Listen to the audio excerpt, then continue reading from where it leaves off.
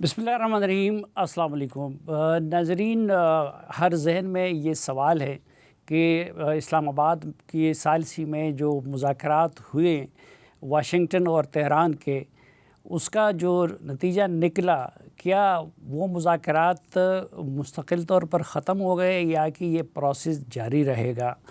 یہ پروسیس اگر جاری رہتا ہے تو کیا امکانات ہے؟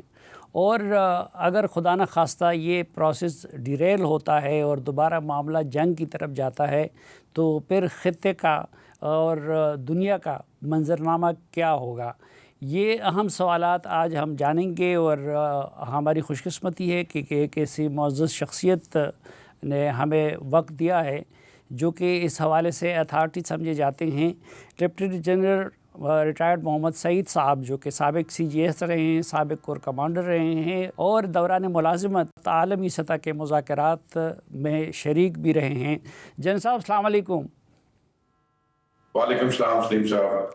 جن صاحب، پہلے تو یہ جاننا چاہوں گا آپ سے کہ اس کو ہم کیا کہہ سکتے ہیں کہ بس یہ مذاکرات کا سلسلہ خدا نخواستہ ختم ہو گیا یا کہ نہیں، یہ پروسیس ابھی کنٹینیو رہے گا؟ اس کو مختصراً آپ یہ کہہ سکتے ہیں کہ دو ایسے فریق جو تقریباً 100 سال سے ایک دوسرے کے ساتھ بڑے ہی بد اعتمادی کے ریلیشن شپ میں رہے، جنہوں نے ہاٹ وارز بھی لڑی، اور ہاٹ وارز کے درمیان جو وقت تھا اس میں کولڈ وارز چلتی رہیں، وہ دونوں فریق پہلی دفعہ اس سطح پہ، پہلے ان کے ٹیکنوکریٹس بات کرتے رہے ہیں، ڈپلومیٹس بات کرتے رہے ہیں، تو سیاسی سطح پہ پہلی دفعہ پاکستان کی کوششوں سے بیٹھ کے ایک دوسرے کے ساتھ بات کر پائے۔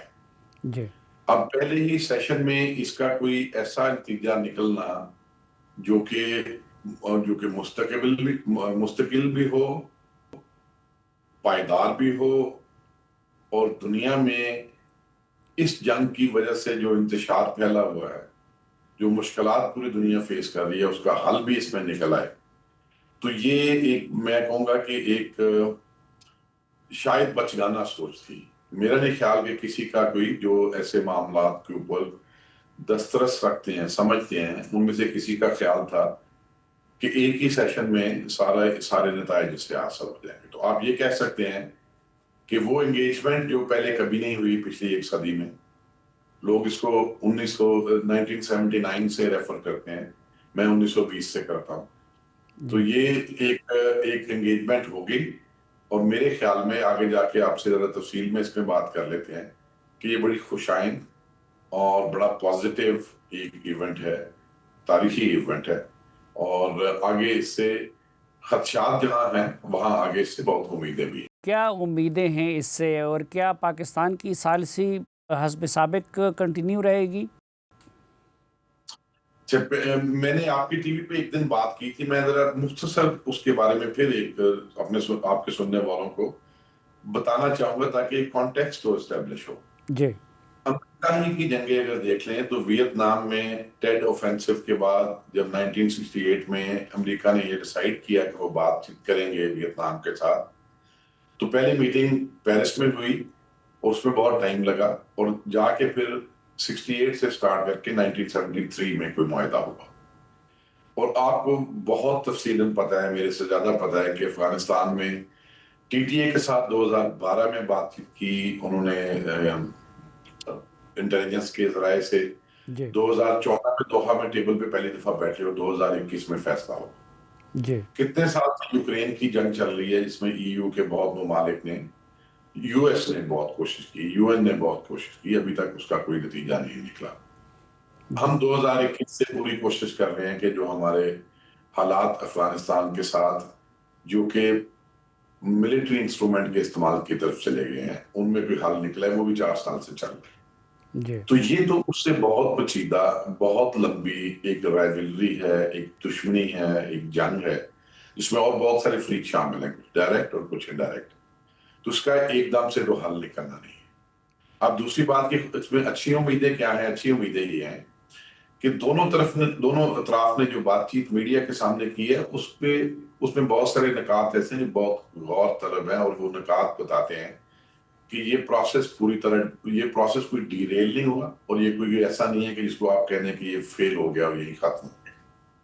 مثال کے طور پر جی اگر امریکن وائس پریزیڈنٹ نے یہ کہا کہ ہم نے ایک کلیئر آپشن دے دی ہے ایران کو، انہوں نے کہا یہ ایروگینس کے ساتھ، اور کہا کہ وہ ٹیک اٹ اور لیو اٹ والی آپشن ہے، تو اس کا مطلب ہے کہ ایران کے پاس ابھی آگے چل کے یہ ممکنات میں سے ہے کہ وہ اس آپشن کو یا تو قبول کر لیں یا ریجیکٹ کر دیں، یا جو عام طور پہ ہوتا ہے کہ اس میں کچھ ایڈجسٹمنٹس مانگیں اور کہ جی یہ آپ نے آپشن دی تھی اور ہم اس آپشن کو اس طرح دیکھتے ہیں.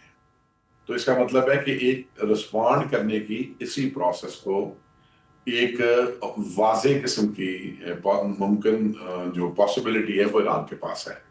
اس طرح اگر ایران کی فارن منسٹری کے اسپوکس پرسن کی آپ پہلے بات کریں تو انہوں نے یہ کہا کہ بہت سارے ایسے پوائنٹس ہیں جس پہ اتفاق ہو گیا تھا، لیکن کچھ پوائنٹس ایسے ہیں جس پہ اتفاق نہیں ہو سکا. تو اس کا مطلب ہے کہ کچھ نہ کچھ ایسی چیزیں تھیں جو دونوں سائڈ کو قبول تھیں. پھر جو ان کے اسپیکر نے بات چیت کی اس میں بڑے 2-3 اہم نکات تھے. انہوں نے یہ کہا کہ امریکہ کو 2 چیزیں سمجھ آ گئی ہیں، ایک ہمارا لاجک اور دوسرے ہمارے اصول یا پرنسپلز. ہم ہمارا اعتماد حاصل نہیں کر سکتے، ہمارا ٹرسٹ حاصل نہیں کرتے.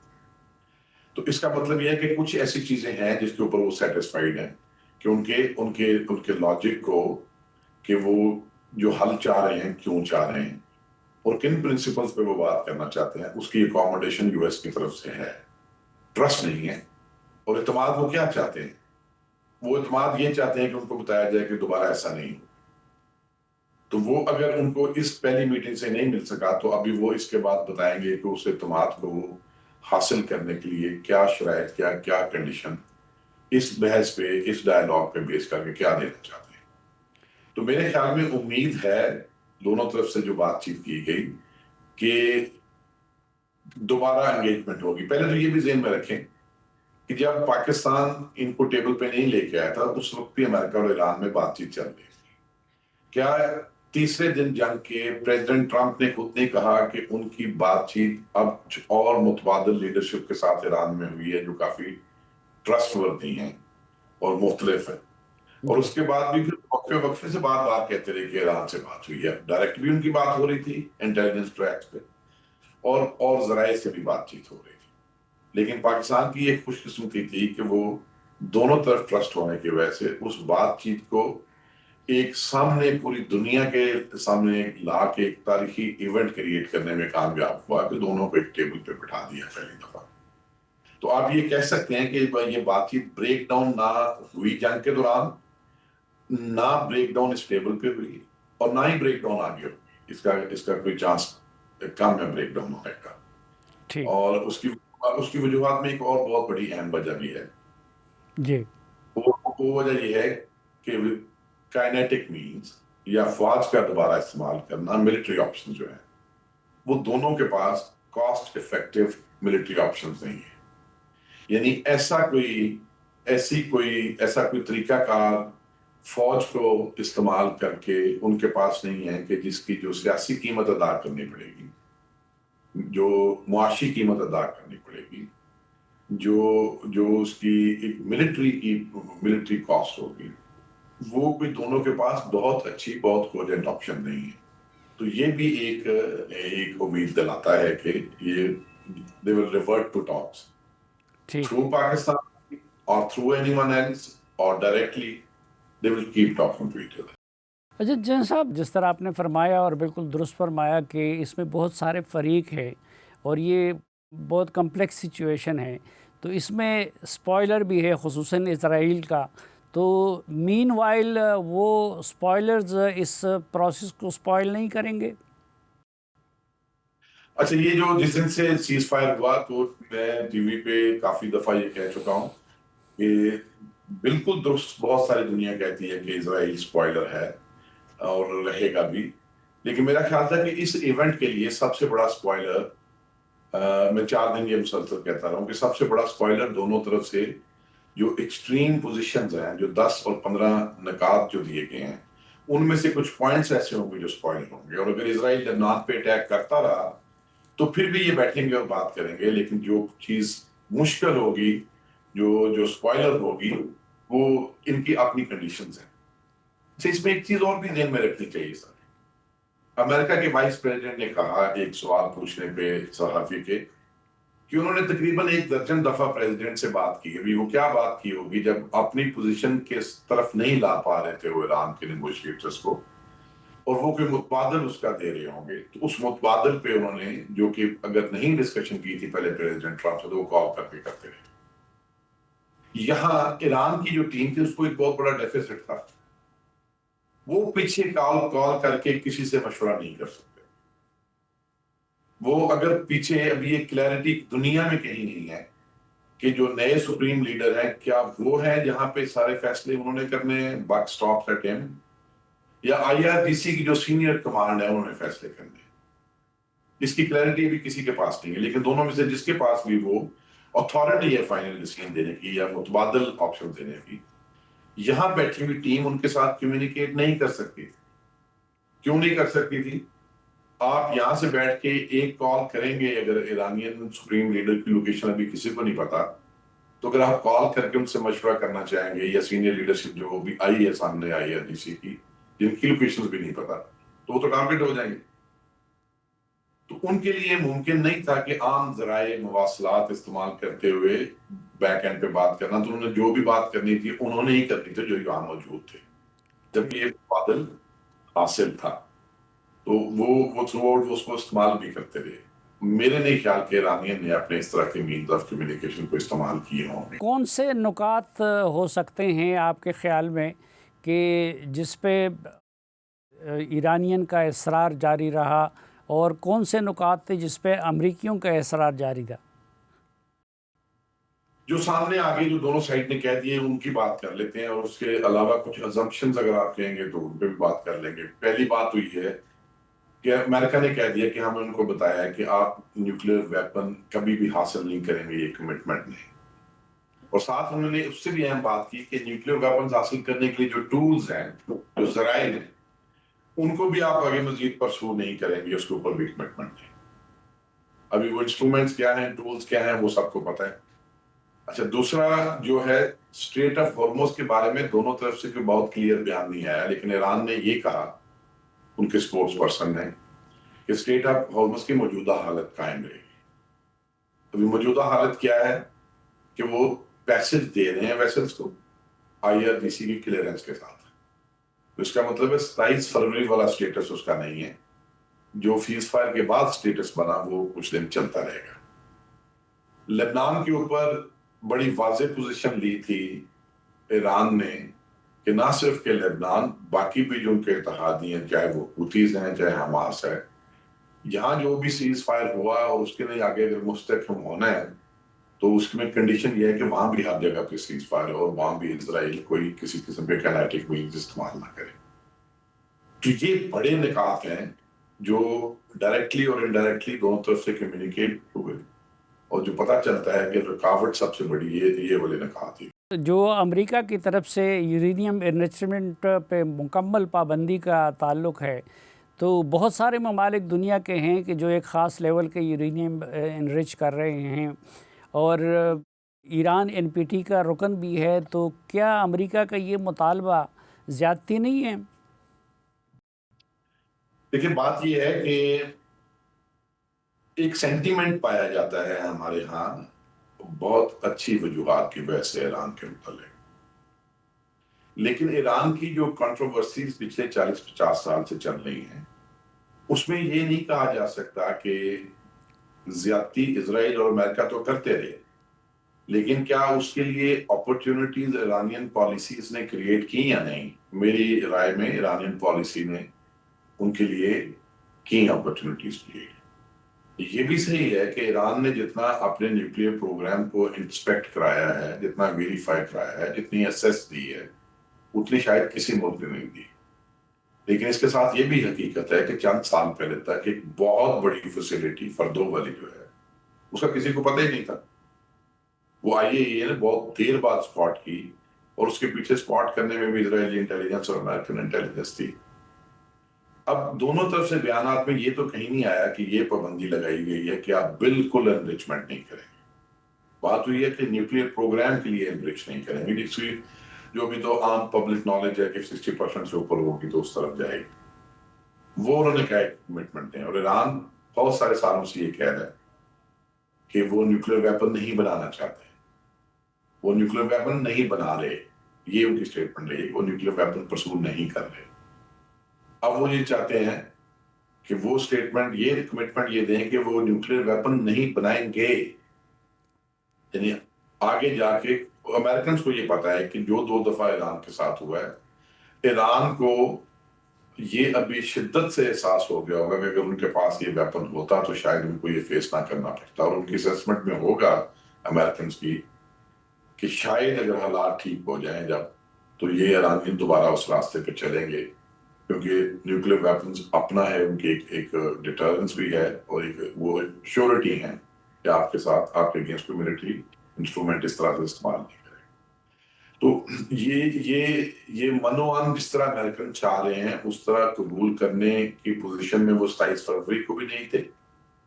اور 27 فروری کو جس حد تک انہوں نے فلیکسیبلٹی دکھائی عمان کے ذریعے جو جنیوا میں بات چل رہی تھی, اس کو میڈیا میں تو ایسے رپورٹ کیا گیا کہ جیسے وہ ایران نے بالکل سرنڈر کر دیا, لیکن ایران کی طرف سے کوئی ایسی اسٹیٹمنٹ آفیشیلی نہیں آئی تھی جس میں وہ کہیں کہ جو انہوں نے بالکل ہر بات مان لی کہ وہ سرنڈر کر دیا تھا.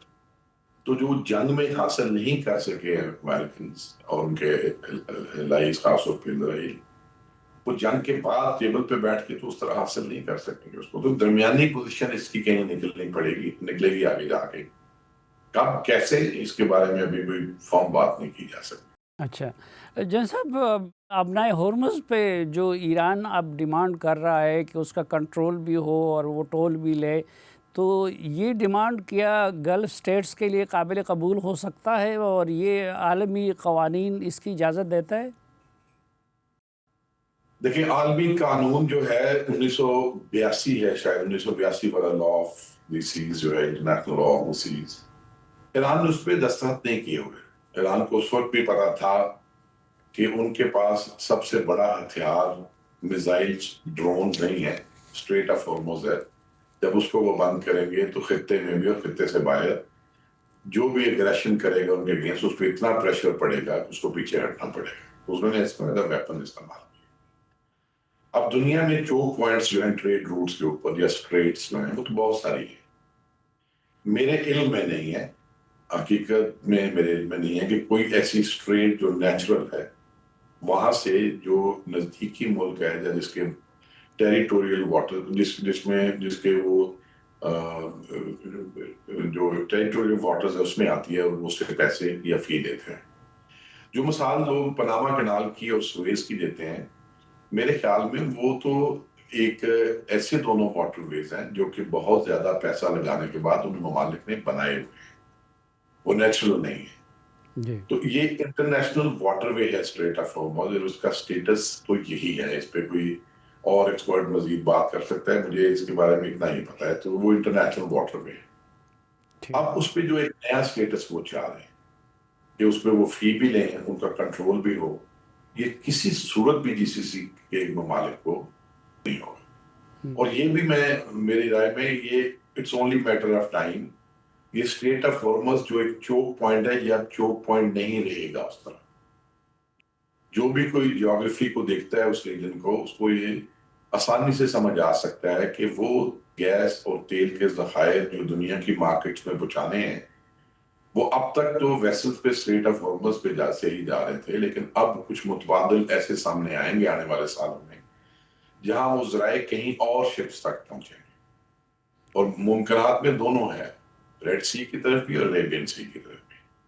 تو میرے خیال میں اس کی پوزیشن آگے جا کے ڈیلیوٹ بھی ہوگی, لیکن جس طرح کی تبدیلی اس کے سٹیٹس میں ایران والے چاہ رہے ہیں بہت مشکل ہوگا وہ ان کو ریئلائز کرنا. اور یہ جو ڈیمانڈ ایران کر رہا ہے گلف سے امریکی اڈوں کے خاتمے کا, تو گلف ممالک ان حالات میں کیا اڈوں کو ختم کر سکیں گے؟ میرے خیال میں اگر کہیں مسلم ممالک میں ان جنگوں سے کہیں کوئی سبق سیکھا ہے, سیکھ سکیں لیڈرشپ, جو کلیکٹیو ہماری ایک فورمز ہیں اس پہ کہیں ڈیبیٹس میں کوئی ایک سبق سامنے آئے کہ نقصان الٹیمیٹلی چاہے امریکہ انوالو ہو چاہے اسرائیل انوالو ہو مسلمان ممالک کا ہے، دنیا کا بھی نقصان ہے، لیکن بنیادی طور پہ وہ مسلم ممالک جو کہ یہ صلاحیت رکھتے ہیں کہ وہ اپنے وسیع تر وسائل کو استعمال کرتے ہوئے نہ صرف اپنے بلکہ دوسرے ممالک کا بھی بھلا کر سکیں، مسلمان کوئی ہیلپنگ ہینڈ ایکسٹینڈ کر سکیں، وہ جیو پالیٹکس اور اپنی رائیولری جو خاص طور پہ 1979 کے بعد سے چل رہی ہے اس کی وجہ سے اپنا بھی نقصان کر رہے ہیں اور اپنی اس صلاحیت کو بھی ایرود کر رہے ہیں جو وہ دوسروں کے لیے استعمال کر سکتے ہیں۔ اور یہ بھی ذہن میں رکھنا چاہیے کہ ان فاسل فیولز کی زندگی اب کوئی بہت لمبی نہیں ہے، اب انرجی کے ایسے متبادل ذرائع سامنے آ رہے ہیں کہ ہو سکتا ہے 15-20 سال بعد آئل اس وقت جو دنیا میں ہر چیز کو ڈومینیٹ کر رہا ہے اس طرح ریلیونسی لوز کر کے، یہ بھی بات ہے۔ تو کیا اتنا ویژنری کلیکٹیولی فیصلہ مسلمان ممالک کی لیڈرشپ کر پائے گی کہ وہ گلف ریجن اور ویسٹ ایشیا اور مڈل ایسٹ کے حالات کو 1978 پہ واپس لے جائیں؟ اگر اڈے ختم کرنے ہیں، بیسز سارے مڈل ایسٹ سے ختم کرنے ہیں یو ایس کے، تو وہ دیکھنا پڑے گا کہ وہ یو ایس کے بیسز وہاں بنے کیوں۔ اگر کسی مسلمان کو مڈل ایسٹ میں چاہے وہ رہتا ہو یا پاکستان میں، اس کو یہ شک ہے کہ وہ بیسز اس لیے بنے تھے کیونکہ یو اے ای کو، سعودی عرب کو، بحرین کو، قطر کو، کویت کو اسرائیل سے تھریٹ تھا، تو اس کو یہ سمجھ ہونا چاہیے کہ امریکہ نے تو کبھی بھی اسرائیل کے آگے کھڑے نہیں ہوئے، تو بنیادی طور پہ ایران کے تھریٹ کی وجہ سے تھے۔ اب ایران سے کیوں یہ اسٹیٹس تھریٹن فیل کرتی تھیں، اس کو یہ سینسیٹیو معاملہ ہے، لیکن اس کے بہت سارے ثبوت ایسے ہیں جس سے پتا چلتا ہے کہ جو بھی اپریہنشن مڈل ایسٹرن اسٹیٹس کو تھیں جس کے لیے انہوں نے یہ انتظامات کیے، وہ ایسا نہیں کہا جا سکتا کہ وہ ان کی اپریہنشن غلط تھیں یا ساؤنڈ فوٹنگ پہ نہیں تھی۔ تو ان کی جو تھریٹ اسیسمنٹ ایران کی وجہ سے تھی ریجن میں، اس میں ایران کی وہ پالیسی جو 1979 کے بعد سے رہی ہے وہ ایک بڑے محرکات میں شامل تھی۔ اب وہ پالیسی اگر تبدیل ہو جائے بالکل، اور وہ تبدیل ہو یا او آئی سی کے پلیٹ فارم سے یا ایک اور پلیٹ فارم کریٹ ہو جو ایک ڈائلاگ کو آگے لے کے چلے، دونوں طرف کے جو کنسرنز ہیں وہ ایڈریس ہوں، تو تبھی یہاں سے کوئی ایسا سلوشن نکل سکتا ہے۔ ایران کی ڈیمانڈ کے طور پر میرا خیال ہے کہ سارے بیسز پر۔ ناظرین ایک مختصر سی بریک لیتے ہیں اور واپس آئیں گے تو جنرل صاحب کے ساتھ گفتگو کا سلسلہ آگے بڑھائیں گے، ہمارے ساتھ رہیے۔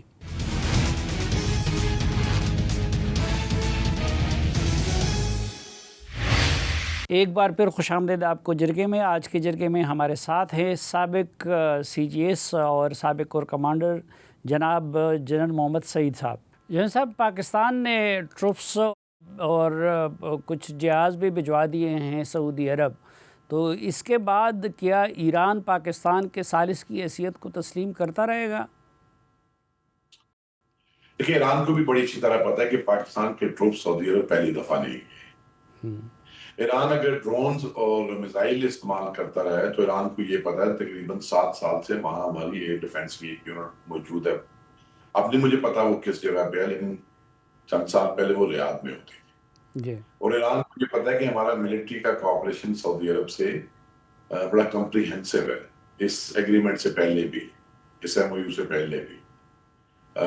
وہ ڈاکٹرینز کے ڈومین میں بھی تھا، آپریشنل کولیبوریشن کے ڈومین میں بھی تھا، ٹریننگ کے ڈومین میں بھی تھا۔ کبھی ایسا نہیں ہوا پچھلے 50 سال میں کہ پاکستان کے آرمی کے انجینئرز، پاکستان کے آرمی کے ڈاکٹرز، پاکستان کے آرمی کے انسٹرکٹرز، اس جنگ سے پہلے بھی این ڈی یو تک، وہاں جو سعودی این ڈی یو ہے اس میں ہمارے انسٹرکٹرز بیٹھے ہوئے ہیں، سرونگ آفیسر، اور ایسے بھی موقع رہے ہیں۔ 80 کی دہائی میں دیکھیں تو تبوک کا جو پورا گیریزن ہے، پورا کنٹونمنٹ ہے، اس میں صرف پاکستانی ٹروپس ہوتے تھے۔ اس طرح گلف وار میں دیکھیں تو پاکستان کا بہت بڑا کانٹینجنٹ سعودی عرب میں گیا۔ تو ایران کو یہ پتا ہے کہ یہ پہلی دفعہ نہیں۔ اور دوسری بات یہ ہے کہ ایران کو بڑی واضح پوزیشن پولیٹیکل اور عسکری قیادت کی سامنے پچھلے چند دنوں میں آئی ہے کہ سعودی عرب کی جو ڈیفنس ہے، not only the defense of holy places but سعودی عرب کا جو ڈیفنس ہے، اس میں ہمارا ایک باہمی اشتراک ہے، ایک انڈرسٹینڈنگ ہے، اور اس انڈرسٹینڈنگ کو انڈرمائن کرنے کے لیے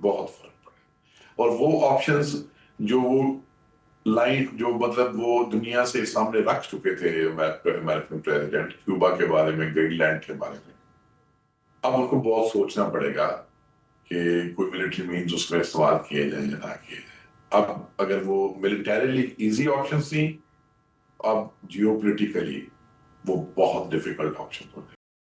اور یہ جو کہا جا رہا ہے کہ اس جنگ کے بعد مڈل ایسٹ کا نقشہ وہ نہیں رہے گا جو پہلے والا تھا، تو جن صاحب اس میں کیا تبدیلی آ سکتی ہے؟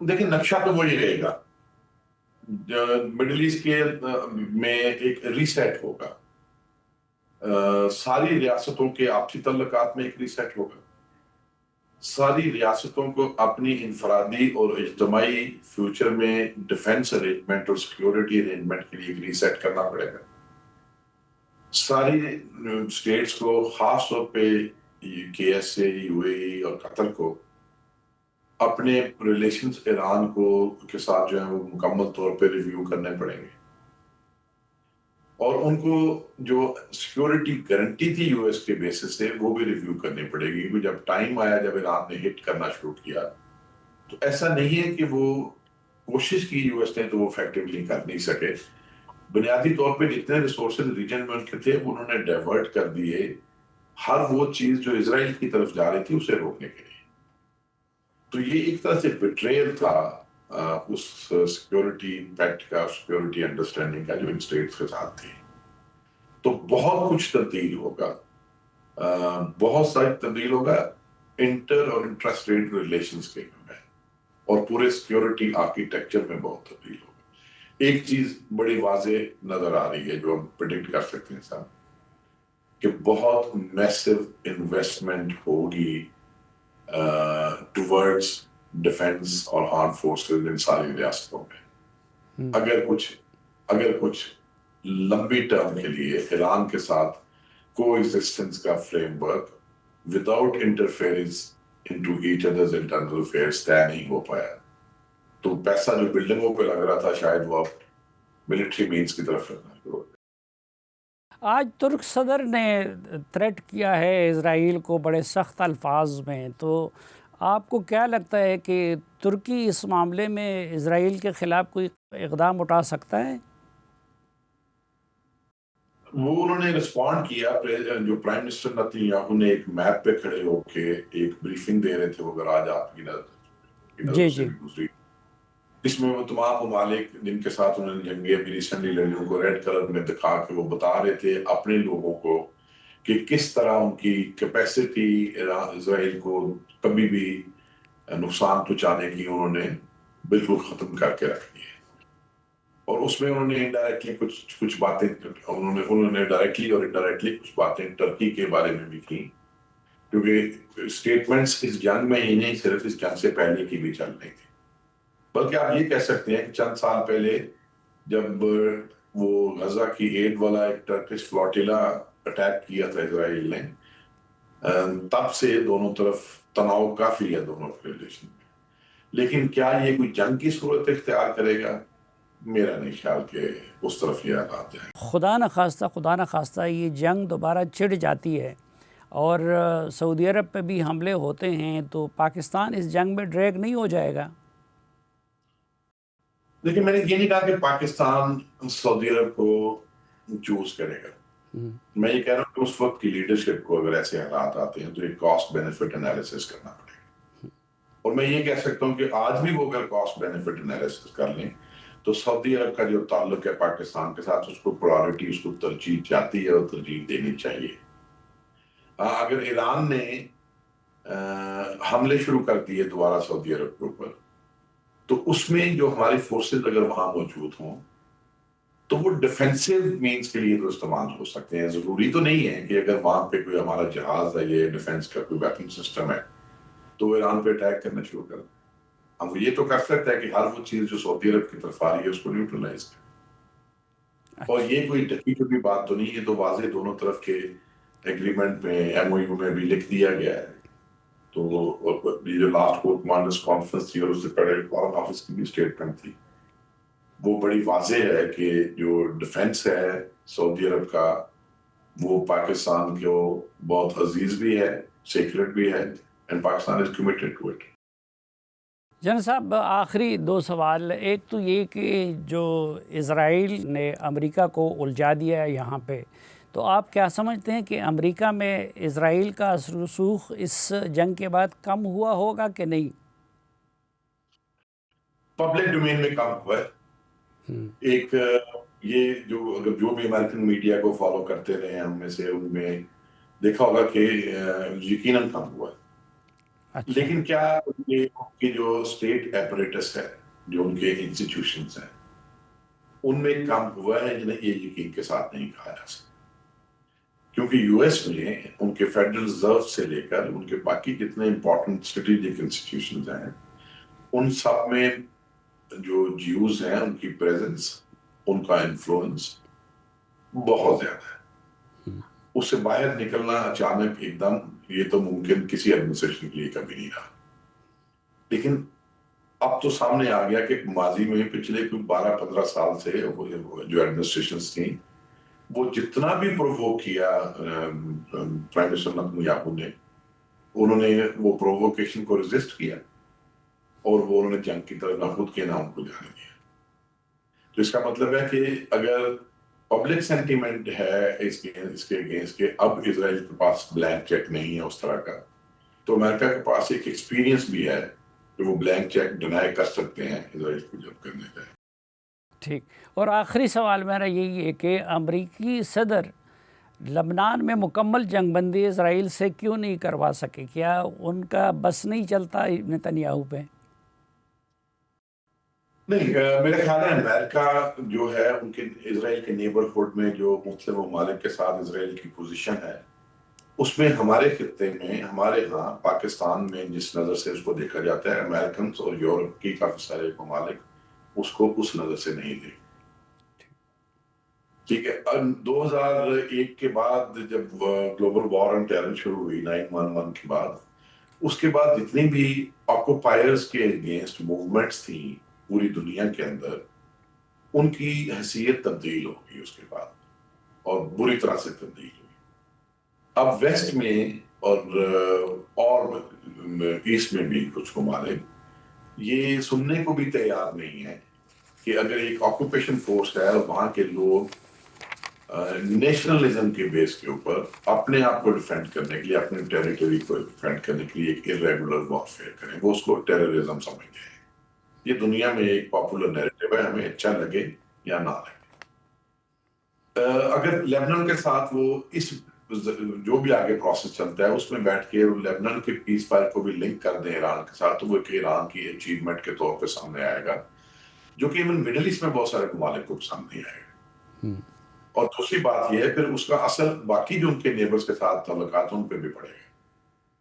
تو یہ عین ممکن ہے کہ امریکہ پریشرائز کرے، امریکہ اپنا انفلوئنس استعمال کرے، تو اسرائیل ہر ایک ملک کے ساتھ جن کے ساتھ معاملات نیبرہڈ میں چل رہے ہیں، ان کے ساتھ بائیلیٹرل ٹریکس اپنے انیشیٹ کرے۔ اس کے مکمل یقین کے ساتھ تو نہیں کہا جا سکتا، لیکن اس کی کچھ پاسبلٹی ہے۔ لیبنان کو میں حزب اللہ کو وہ ایران سے الگ نہیں سمجھتے، نہ امریکہ اور نہ ہی اسرائیل، وہ اس کو ایران کا پارٹ سمجھتے ہیں، ایک ڈسٹنکٹ پارٹ۔ اور یہ بھی ذہن میں رکھیں، یہ جو وہ ذرائع حماس اور حزب اللہ یا کچھ موومنٹس ایسی ہیں سیریا میں بھی اور ہوتھیز بھی وہ استعمال کرتے رہے، جس کو دنیا ٹیررزم کے طور پہ برانڈ کرتی ہے، تو کوئی اس کا انڈیورنگ سلوشن نہیں نکل پائے گا۔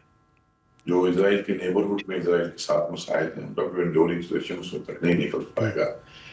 اس کو پیچھے رکھ کے پولیٹیکل پروسیس کو، ڈپلومیسی کو، ان چھوٹے ایکٹرز کو بھی کمپیئر ٹو ایران، ان کو وہ راستہ اپنانا پڑے گا۔ آج کر لیں، دیر سے کر لیں، وہ ہوگا، اور اس میں جو ریجنل سٹیک ہولڈرز ہیں ان کی ایک امپورٹنٹ سے ہوگی، اس کے بغیر نہیں چلے۔ ٹھیک، جنرل محمد سعید صاحب، ہمیں وقت دینے اور ہم سے بات کرنے کے لیے بہت شکریہ۔ ناظرین، ایک مختصر سی بریک لیتے ہیں اور واپس آئیں گے تو ایک نئے مہمان سے گفتگو کریں گے۔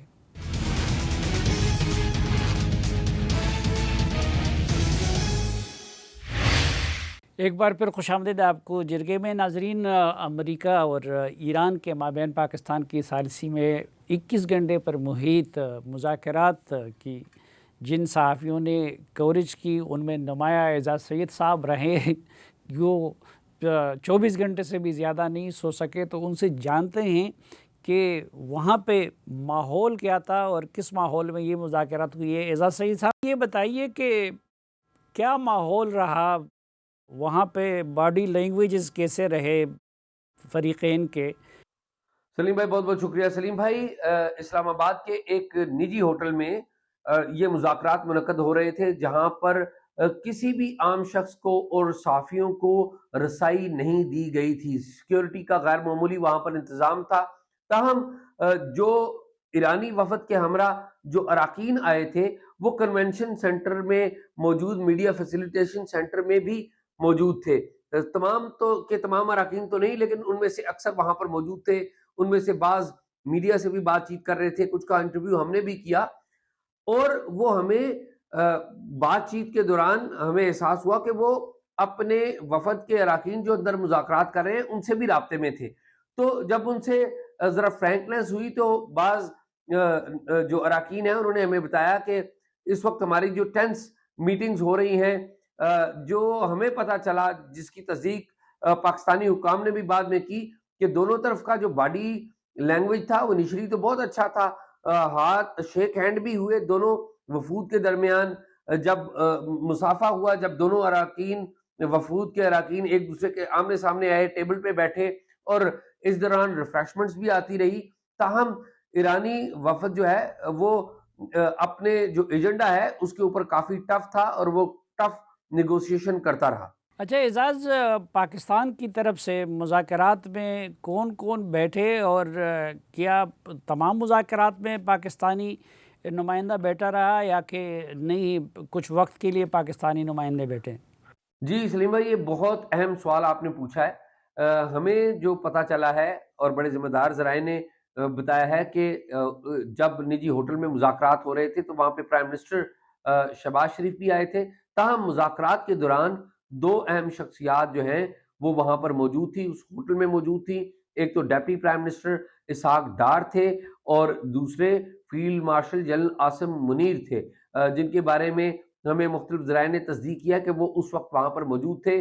بلکہ بعض ذرائع نے یہ بھی بتایا تھا کہ جب دونوں وفود کے درمیان مذاکرات ہو رہے تھے تو ابتدائی طور پہ جو فیلڈ مارشل عاصم منیر وہ وہاں پر موجود تھے. تاہم ہمیں اس بات کی جو تصدیق ہوئی ہے کہ deputy prime minister Ishaq Dar, وہ چونکہ سفارتکاری کے سارے معاملے کو دیکھ رہے ہیں، تو وہ بھی وہاں پر موجود تھے. تو دونوں شخصیات، یعنی کہ اسحاق ڈار جو کہ ڈیپٹی پرائم منسٹر ہیں اور فیلڈ مارشل عاصم منیر، وہ وہاں پر موجود تھے اور مذاکرات کے دوران پاکستان کی نمائندگی کرتے رہے. گو کہ مذاکرات امریکہ اور ایران کے درمیان تھے، لیکن پاکستان ایک میزبان کی حیثیت سے، ایک فیسیلیٹیٹر کی حیثیت سے وہاں پر موجود تھا. اچھا، اور آپ کو وہاں سے کیا خبر ملی کہ کن نکات پہ وہ ڈیڈ لاک رہا؟ سلیم بھائی، جو ڈیڈ لاک کے حوالے سے ہمیں ابتدائی اطلاعات مل رہی تھیں وہ تو یہ تھیں کہ چیزیں آگے بڑھ رہی ہیں اور شاید کچھ کمیٹیاں بھی آپس میں بن جائیں گی، براڈ ایشوز کے اوپر چیزیں طے ہو جائیں گی. لیکن دو ایشوز کے بارے میں ہمیں رات کو 9 بجے کے قریب، 9:30 بجے کے قریب ہمیں اطلاعات موصول ہونا شروع ہو گئی تھیں کہ دو ایشوز کے اوپر کسی قسم کی لچک کا مظاہرہ نہیں کیا جا رہا. اور ایک ان میں سے ایشو ہے اسٹریٹ آف ہارموز کا، اور دوسرا ایشو تھا ایران کے جو نیوکلیئر اثاثے ہیں ان کے حوالے سے. نیوکلیئر پرامن مقاصد کے لیے ایران استعمال کرتا تھا، اور ایران کے پاس ایک نیوکلیئر کے حوالے سے انرچڈ یورینیم کی بھی ایک خاص مقدار موجود ہے. تو امریکی چاہتے تھے کہ وہ انرچڈ یورینیم کی جو اویلیبلٹی ہے ایران کے پاس وہ ختم ہو اور وہ انرچڈ یورینیم امریکہ کے حوالے کر دی جائے، جس پر ایرانی جو وفد کے اراکین ہیں وہ 1 انچ بھی پیچھے آنے کے لیے تیار نہیں تھے. انہوں نے ریفرنس دیا کہ JCPO جو سال 2015 میں ویسٹرن ممالک اور امریکہ کے ساتھ طے ہوا تھا، جو ایگریمنٹ ہوا تھا، اس کے تحت وہ اپنے نیوکلیئر جو پلانٹس تھے ان کے اوپر IAEA کے انسپیکٹرز کو بلواتے تھے، وہ تمام ایشوز کو چیک کرتے تھے اور اپنے اطمینان کے بعد جاتے تھے اور وہ پورا اس معاہدے پر عمل درآمد کر رہے تھے. لیکن عمان میں بھی ایک اٹیمپٹ کی گئی تھی دونوں کے درمیان معاہدے کی, وہ معاہدہ بھی نہیں ہوا, اور جے سی پی او جو 2015 میں ہوا تھا اس کی بھی وائلیشن کر دی گئی, اسے بھی اٹھا کے پرے رکھ دیا گیا, اور وہ اس حوالے سے کسی قسم کی بات سننے کے لیے تیار نہیں تھے. وہ کہہ رہے تھے کہ ہم انرچڈ یورینیم کسی صورت میں بھی امریکہ کو نہیں دیں گے. ہم پہلے کہہ چکے ہیں, ہمارے روحانی پیشوا اس حوالے سے ایک فتویٰ بھی جاری کر چکے تھے کہ انرچڈ کے ایٹم بم نہیں بنانا, اور اس پر ہم نے عمل کیا ہے. تو اس کے اوپر تو واضح ہو گیا کہ یہ نقطہ کہہ لیجئے کہ نو گو ایریا تھا. دوسرا جو نقطہ اسٹریٹ آف ہارموز کا تھا وہ بھی بڑا دلچسپ نقطہ تھا.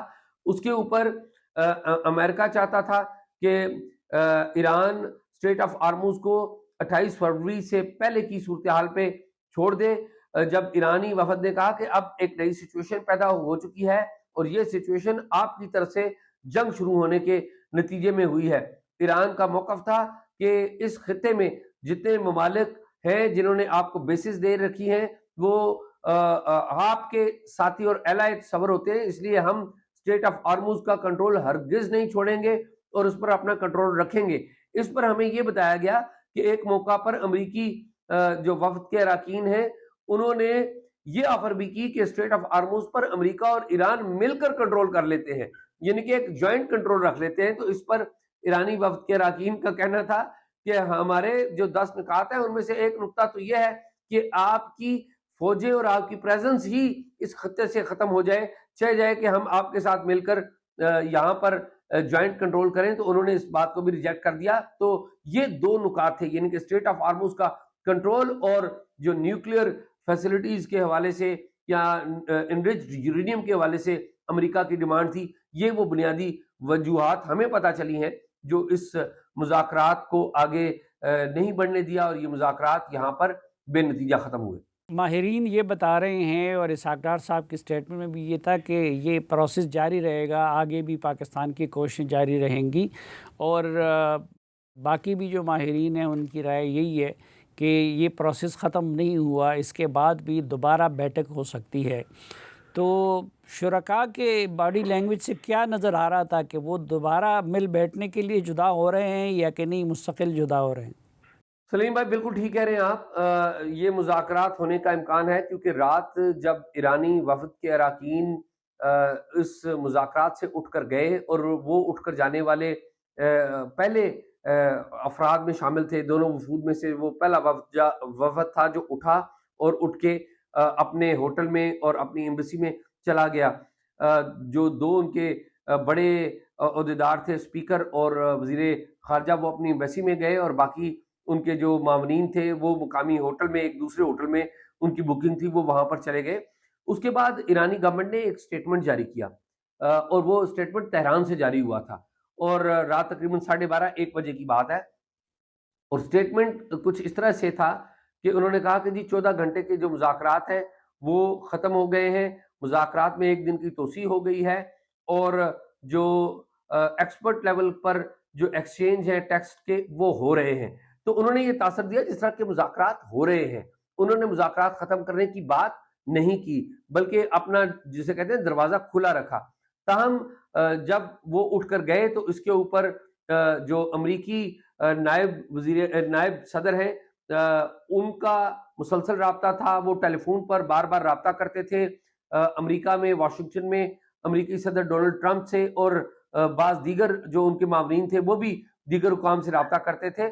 اس میں جب ایرانی وفد کے اراکین کی طرف سے بات چیت کے بعد یہ بات طے ہوئی کہ وہ کچھ نکات کے اوپر, جن میں سے 2 کا ذکر میں نے آپ کو خصوصی طور پہ کیا ہے جو ہمارے علم میں ہیں, وہ کسی قسم کی لچک کا مظاہرہ نہیں کرنا چاہتے, تو انہوں نے فیصلہ کیا کہ وہ واپس امریکہ میں جائیں گے اور یہ مذاکرات یہاں پر ختم ہوں گے. اور ہمیں جو پتہ چلا ہے کہ یہ ہدایات غالباً امریکہ سے آ رہی تھی. امریکی صدر ڈونلڈ ٹرمپ بالواسطہ طور پر ان مذاکرات میں شریک تھے اور ان کی مشاورت سے یہ جو امریکہ کا وفد یہاں پر آیا اس نے مذاکرات ختم کرنے کی بات کی اور وہ یہاں سے چلا گیا. تاہم یہ پاکستان کے جو حکام ہیں ان کی طرف سے دونوں جو وفود ہیں ان کو الگ الگ کہا گیا کہ مذاکرات جاری رکھیں.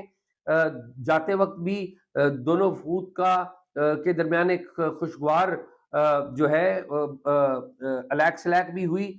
تاہم ظاہر ایک ماحول ٹینس ضرور تھا. پاکستان نے جو ایران کے وفد کے ارکان یہاں پر موجود تھے ان سے ان کی روانگی سے پہلے ملاقات کی پاکستان کے اعلیٰ حکام نے, اور انہیں بھی اس بات پہ قائل کیا کہ بات چیت جاری رہنی چاہیے. ہماری جو بات ہوئی ہے اس میں یہی بتایا گیا ہے کہ پاکستان یہ رول ادا کرتا رہے گا اور ایک اور اٹیمپٹ کی جائے گی دونوں فریقین کو اکٹھا کرنے کی. اعزاز سعید صاحب, ہمیں وقت دینے کے لیے بہت شکریہ. ناظرین, اس کے ساتھ ہی آج کے جرگے کا وقت ختم ہوا چاہتا ہے. سلیم صافی اور جرگہ کی پروڈکشن ٹیم کو اجازت دیجیے. اللہ حافظ.